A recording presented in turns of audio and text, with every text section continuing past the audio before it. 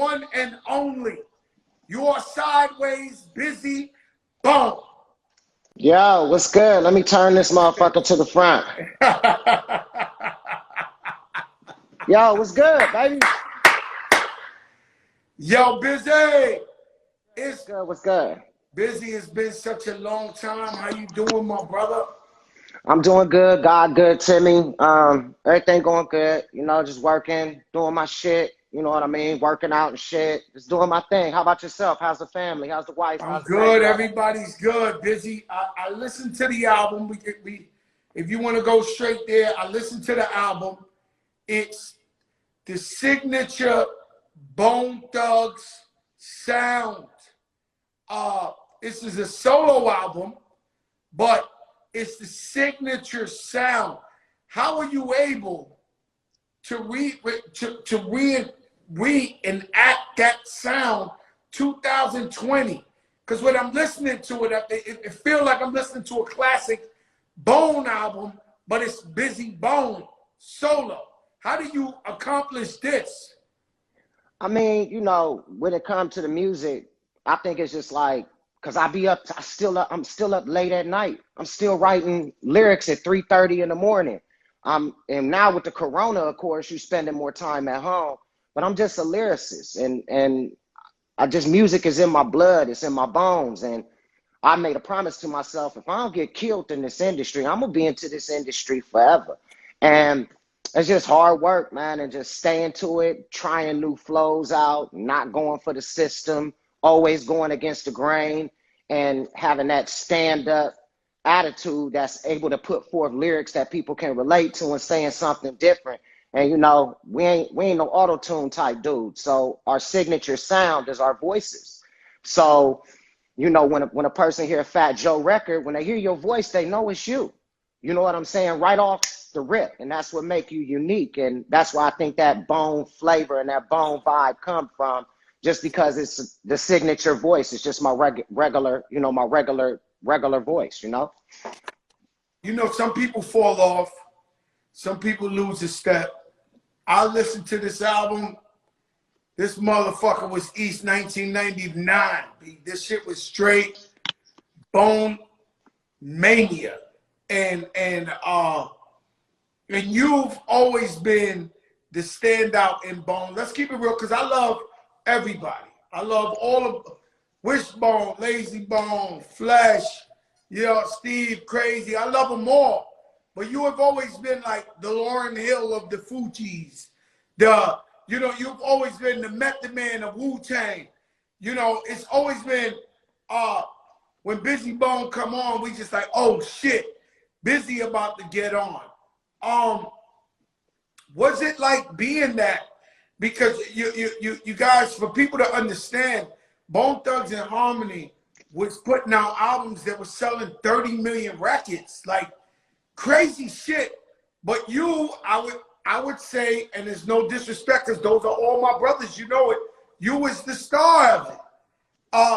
Was there a lot of pressure of that, or was it more like, you know, how was it being that? I mean, it was really not initially seeing anything off the rip, and then it was like still keeping it 100 with your fellow band members, and all of that was like involved, because the way we raised ourselves was for all of us to not be on some, I can cuss on here, right? Yeah. All right, cool. All of us to not be on some bitch shit and like on some selfish, you know, type shit. We wouldn't play each other out for broads. We wouldn't, you know, it was just certain things that we built ourselves up to be the tightest, downest crew ever, unbreakable. And I still had those roots in me. But when you the youngest member, and then you got the high pitched voice, and then, you know, you a different ethnicity, you got a few different ethnicities. So you start to understand that you bringing in a different demographic. And then when I started bringing to the table my childhood, the kidnap found by John Walsh and the Adam Walsh story, and my own homeboy started seeing me taking off, like, okay, he never told us this. So it took a life of its own. And, you know, when I hit him with the nobody can stop me, and what if I said I was molested, would you look at me pale?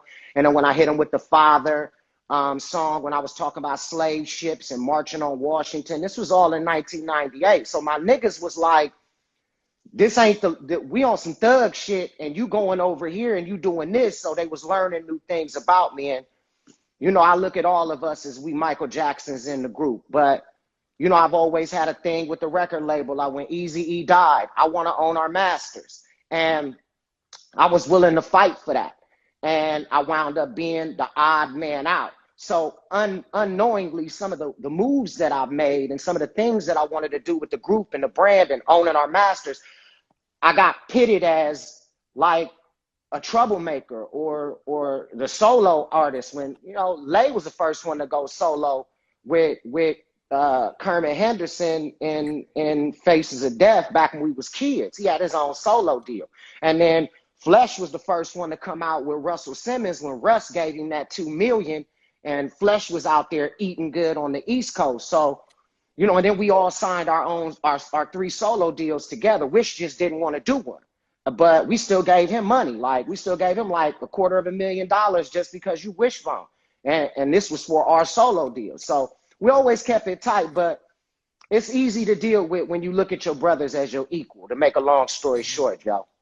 Biz, I've always thought you guys got taken advantage of economically as a group, right? And because you know, you guys always did great. You never cried or nothing like this. But I was with you when y'all sold 30 million records. Like I was with you, and I used to say something ain't adding up.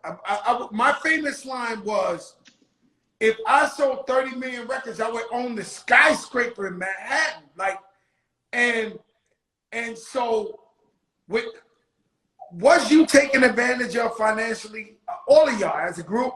Well, I mean, this kind of like how it happened. Like, and this was like my plan. I signed with Eazy-E when I was like 16 years old.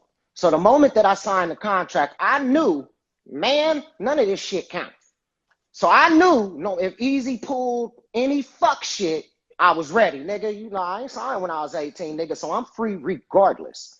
And then when Eazy died, you know, my homeboys, they was 18 and 19 years old at the time. They got a couple years on me.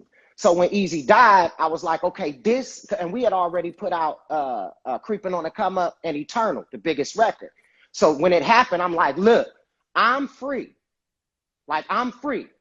And y'all are free if we don't sign back with this label. And we all will be free after Eazy died. But I'm already good. Like, I'm already good the whole time. So to make a long story short, I always did different business. Whereas my homeboys, when they would be signing the contracts, I have separate things on my contracts, like the right to do solo stuff. And I went in and had to sue Ruthless Records and a couple other people just to be able to do Give Up the Ghost or with Immature or any of these other things that was smashing back when. So I had the plan. It was just, I was never taken advantage of because I was always on my paperwork. That's why, you know, you don't see me showing up to shows or this nigga on drugs. Nigga, I ain't on nothing, nigga, but good old common sense. I'm supposed to own a skyscraper. We ain't supposed to be signing back with this motherfucking company and this label. Eazy-E died. He gave us the right of way. We don't owe nobody nothing. But then, you know, my homies just wanted to go into another direction. You know, I could put bread and butter on it or whatever, but just basically my niggas wanted to go in another direction. So I always had one foot in and one foot out of the whole Ruthless Records situation, but I was always all the way in with Bone Thugs and Harmony. Always. Yeah, we would hear stuff like Bizzy, like you was going crazy and shit like that. Like, what happened in that moment when you was, and I'm not trying to, you know, we don't got to go there, but why would they spread these kind of rumors about you? Like, that's what you got to understand. In order to make themselves look right, you got to make me out to be some sort of a dope fiend or crack or all of these kind of things that have people thinking that I'm on this crazy level when really I'm not. I just want to own our masters. I'm new to the game as well. I got the high-pitched voice. I'm the youngest dude in the group. I'm talking loud and shit, you know, so on and so forth. So they always gonna try to make the one that's talking that real shit to look crazy. That's how they do things. So That's what it was. And then I gotta keep the code.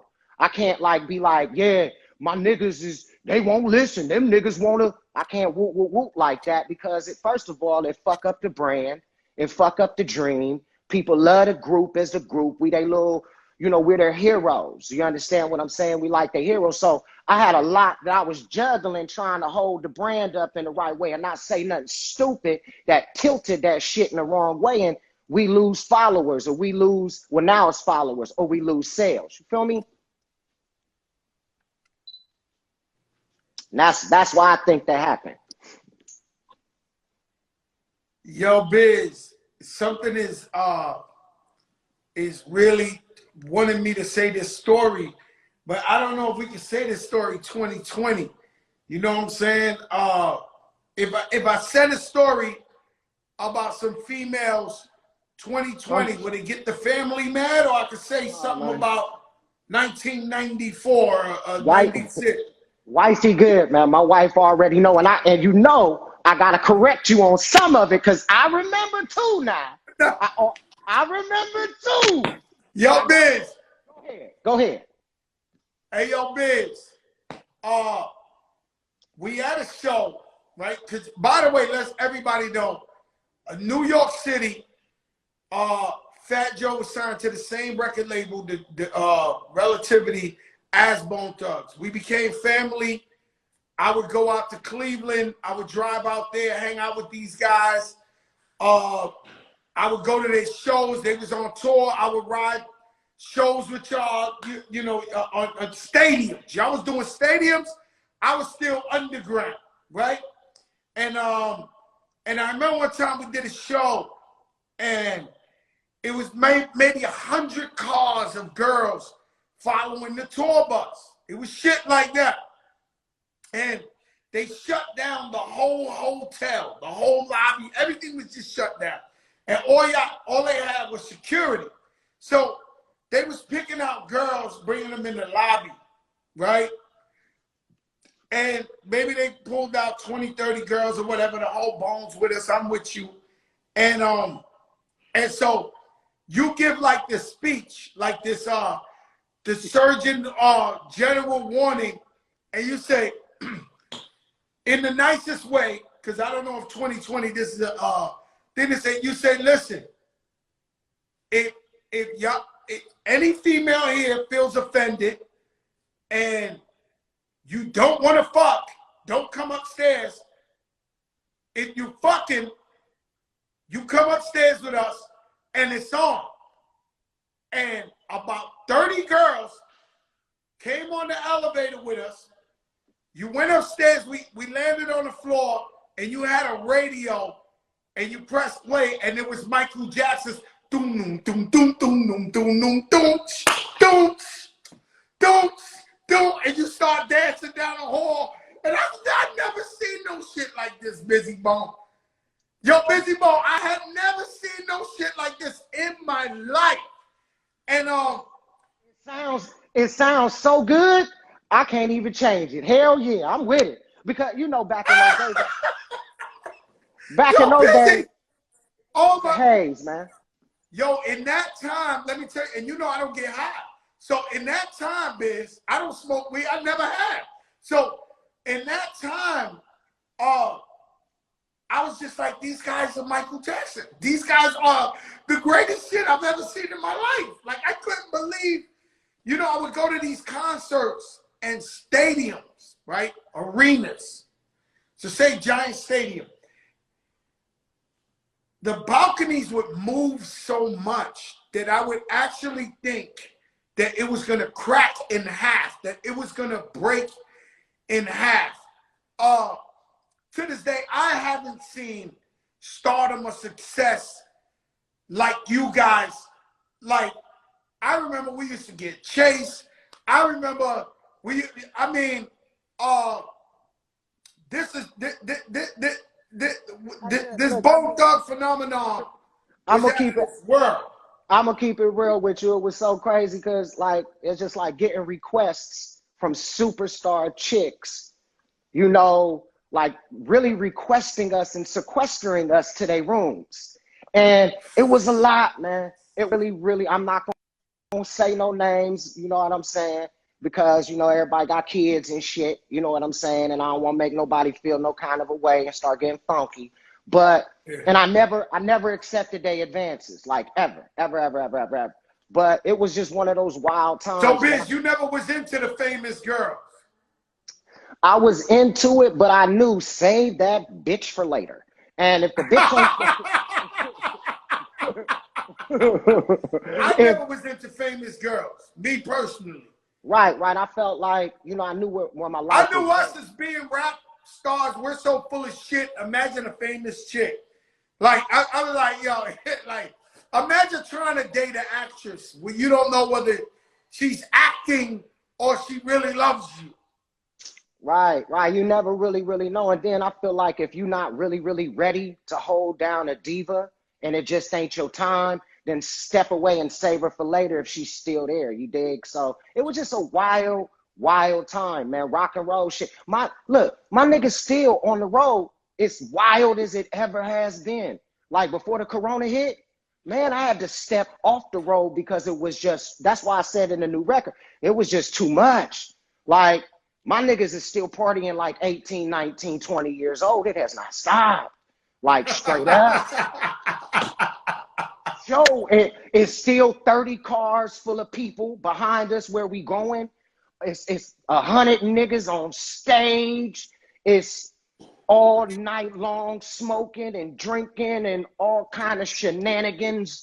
You know what I'm saying? Popping. So it's still that way. I bullshit you not. It's in sold out shows, big ass. You want to know why? Because you guys are like the Beatles. You guys got a signature sound that everyone has stole. Everyone has borrowed your flows, but it's your sound. And you guys never try to be something else. You just you. So your cult fans love you so much, they're gonna be with you to the end. You know what I'm saying? As simple as that. The wheels fall off. That's why I love them so freaking much. You know, I love what we do. I love people and I refuse to speak down on my niggas. I refuse to speak down on the brand because they love everybody as a whole. It's a lot of shit that we could say about one another if we want to, but we try our best to just hold it together for the sake of not just right, to hold ourselves together for the sake of ourselves, the brand, the fans, because like when anybody hears something bad about another member, it's always, oh, don't tell me that. Oh, don't tell me that. And you can see it's like a gut punch to people. So yeah, man, it's still popping to this very day. The reason why I wanted you to listen to that record, Joe, is I really wanted to hear what you had, and I appreciate you listening to it too. I appreciate that. Listen, it was a lot of, let me tell you something. I was going to listen to it anyway, but I woke up in the morning and I'm listening to your album, and my wife walks in and she says, because I never do that, like, you know, and I'm in the kitchen waiting to have breakfast and I keep listening to your album, and she said, oh, what are you listening to? I said, well, listen, Bizzy Bone said, if I bring him on the show, I better have listened to this fucking album.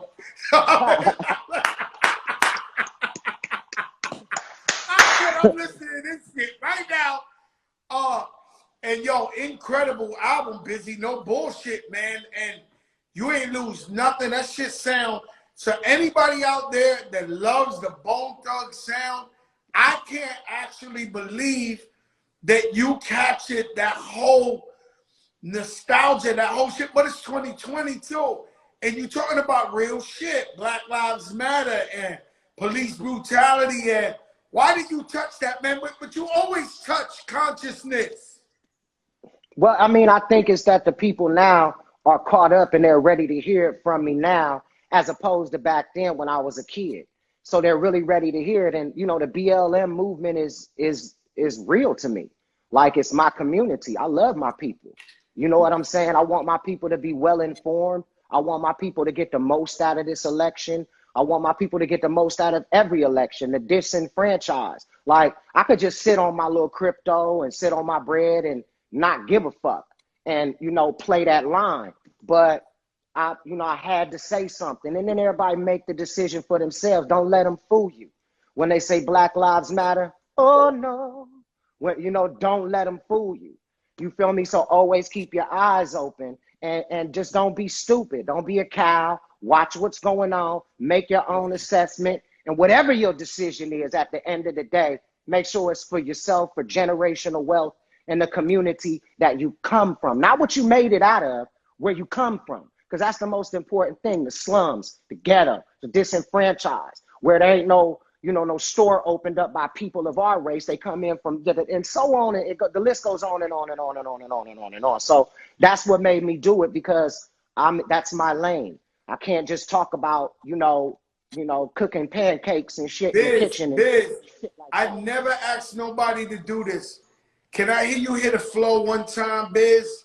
I never asked nobody to do this. You don't want to do it, you don't have to. But when you spit it so beautiful, Biz, it's so, you know, you can be my 4 niggas bars, want me to, 8 bars.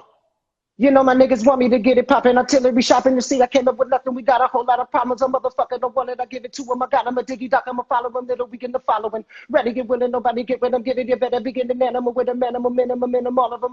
When I'm all on them, hollering them at the bottom. They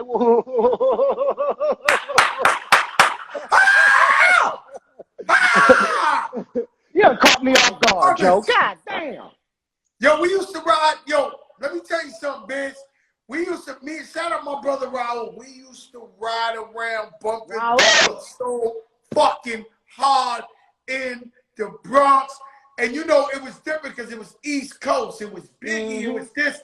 It was that. And we like, East 1999. Boom, boom, boom, boom, boom, boom, boom, boom. Is Raul still in Vegas? Yeah, Raul was in Vegas. He's in Vegas. Now he's in LA with Scott Storch. Okay, that's my mother. That's my motherfucker right there, man. That is my motherfucker right there. He always be in the dopest places. Every time he see me, he be looking at me. I be looking at him. He hit me with a smile. I hit him with a smile, and we keep going. That's my motherfucker right there, for real. Nah, we love you, Bizzy, man, and I'm glad you're doing great. What is your favorite song y'all ever did together, the Bone Thugs crew? Okay, it's kind of a love-hate thing with this song. And I'm going to tell you why it made me mad. Days of Our Lives. I love Days of Our Lives. The reason I love Days of Our Lives is one of the reasons why I hated the visual. But because I didn't agree with the video. Because they had us dressed up as if we was those 4 girls and set it off. And I didn't get into the video. You know what I'm saying? And it was just small little shit that used to go down that I used to just peep out like, no, man, this motherfucker trying to make us look like some bitches. We're not doing this. And my niggas, once again, quit taking the shit so personal. But that's one of my favorite songs that we did together because it embodies East 99. It embodied the intro of Creeping on a Come Up. It embodied Crossroads harmonies and how the beat was just mellowed out. Days of Our Lives got to be one of my favorites of all of us. An everyday thing, because anything with flesh and bone that the people loved on it and Wishbone together is always phenomenal. Always. Yeah. You know, man, it was sad how Flesh missed out on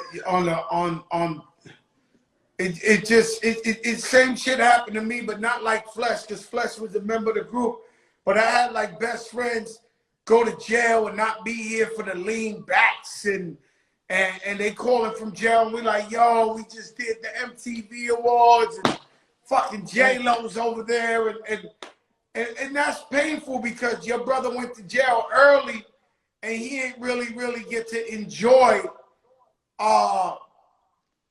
the fruits at the time, you know. Yeah, that was, you know, it was so unfortunate. And Stack just kept getting it. We call Flesh Stack, of course. He just kept getting into trouble. Like, he was like on double probation by the time they gave him them 10 years. Like, and I ain't never heard of double probation in Los Angeles. And shouts out to Gary Ballin, because Gary Ballin rode with him to the very, very end. Like, to the very, very end. Russell Simmons. Shouts out to Russell Simmons. Russell Simmons rode with Flesh to the very, very end. But yeah, it was crazy, you know, to see one of our brothers going in and do 10 hard years. And he did every day of that shit. and he came, and when he got out, it was back on and cracking. I had to lose a little bit of weight when he got out. You know, we had to bring the group back together. Crazy was like, Crazy was like, I'm I finna saw step him as soon as he came home. I saw him. Crazy was Bone like, Thugs, for me, I've been around so many years, but you guys are my brothers. You guys are my family. I look at myself like I'm the sixth bone. you are. God damn it, you are. And I ain't gonna lie to you. That's this. Our bond and our love will never be broken. It will never be broken.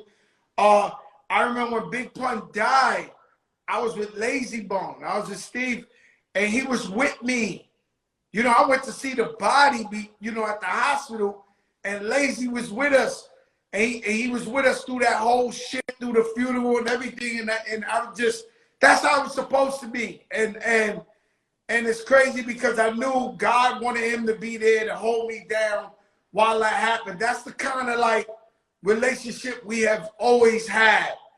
Yo, Biz, tell them the name of the album. All right, cool. Before we do, I just want to make sure, I want to get my pun story out. The last time I had an opportunity to kick it with Big Pun, it was right before I put out the Heavens movie record. It was in 1998. I let him listen to it before anybody. He had a show in Columbus. So I drove down. Well, I was actually living in Columbus at the time. So I met him at the show. I opened up for him and shit. Like, I introduced him. I did a little song and shit and opened up for Pun, just showing love. Like, this is my guy. Let me open up for him. And it broke my heart, to see when he passed away, because I knew we lost a legend, man. And just like Easy, just like Pop, just like Big. But anyway, the mantra. I just put it out. It's the mantra. My physical copies, I'm selling www.iambizybone.com. You can stream it. It's on all platforms. We're going to do more videos. As soon as the road open back up, I got 90 cities that are mine, that I own, that aren't anywhere near the Bone touring run and all of that. So as soon as I'm able to, get back on that road, I'm going to hit 90 cities and just keep pushing it. And then hopefully 2024, Joe, the Live Nation deal with Bone Thugs and Harmony, the 100 million, the 3 records, the tour, the cartoon, the documentary, and that's what I'm putting into the universe, so me and my guys can be sitting pretty and sitting on top with a big company, just like Jay-Z did it, and then 10 years from then, buy back all our goddamn masters and do it the right way. That's the plan. Yeah, I think this is the time. I think this is the time. They got to let go the masters. Same thing with Kanye West. Same thing with, there's a reason why Prince wrote Slave on his face. Like, we got to stop putting our heart and soul into this music, and these people just taking our shit. And it's got to change, man. We got to stand together, and we got to support each other, the artists, and make sure that everybody get their shit back. Man, if brothers stick together and all agree on one common denominator to own our masters, it can be done. Or once we're able to get from in front of ourselves, it's up to us to sign on that dotted line. I know we need money, but I sat back and I starved until I wasn't going to the studios. I wasn't taking the hotels. I wasn't eating off the company, the label. I wasn't letting them sell me weed no more. I wasn't letting them buy me alcohol while I'm underage. Yo, Biz. This is something I always said, that I seen with you guys.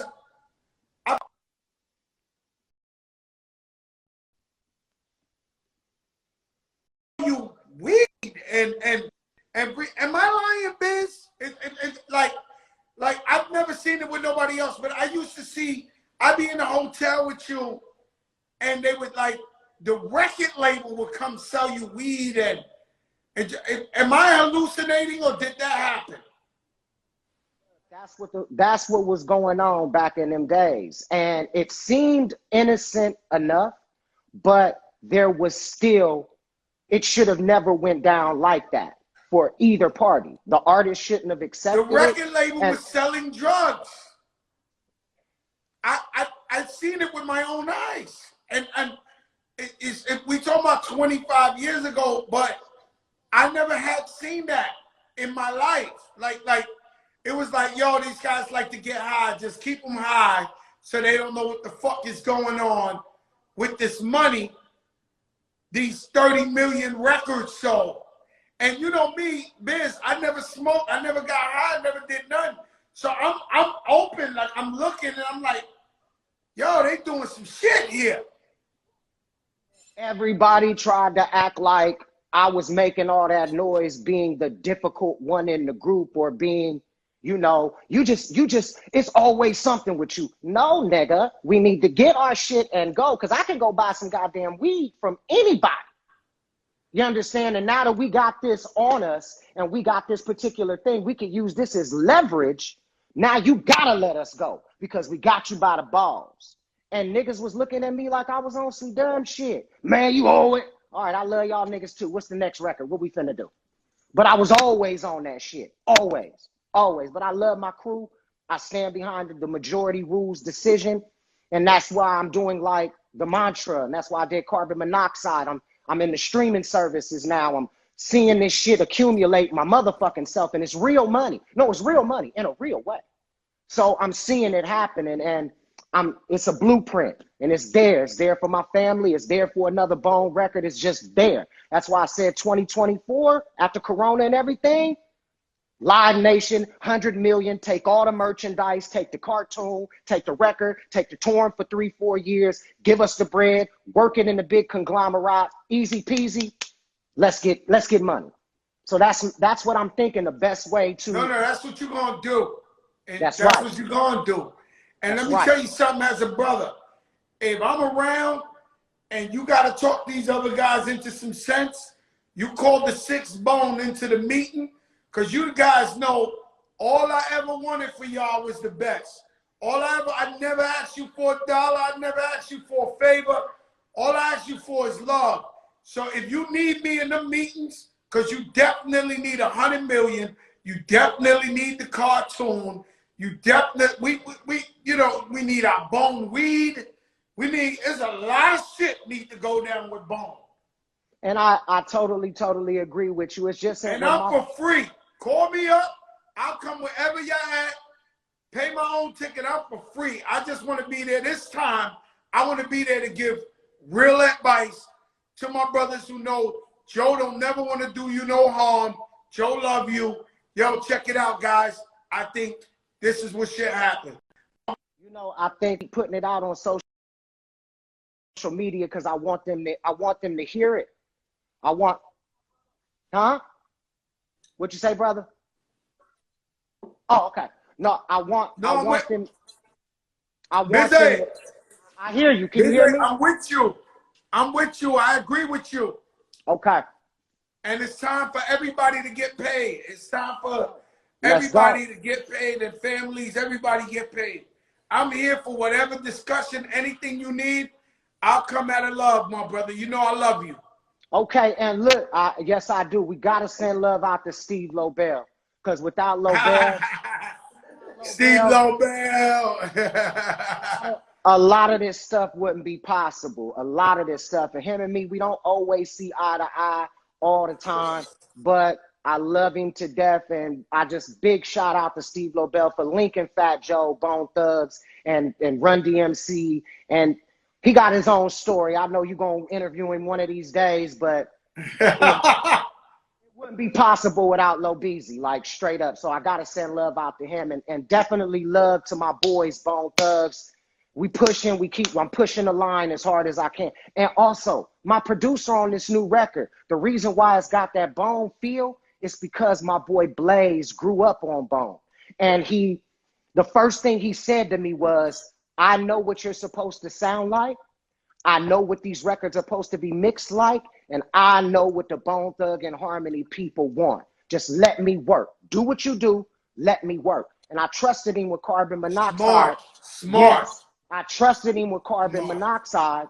And when we were going at the Migos in 21, and it came green. And then we're running ad campaigns and we're marketing and we're promoting and we're going inside of Facebook and we're going in Google and we're going in Instagram and we're targeting bases of people. That's why I keep charting and doing my shit, because we're targeting 25 to 55 who likes this, that. Like and nobody gonna do it for us but ourselves. And that's what I've been preaching to my boys and telling them, I got the blueprint. Let's eat. So I'm just waiting on the right time. That's it. And being patient and grinding it out and getting this good music off of me, you know? My brother, I love you. Stay safe.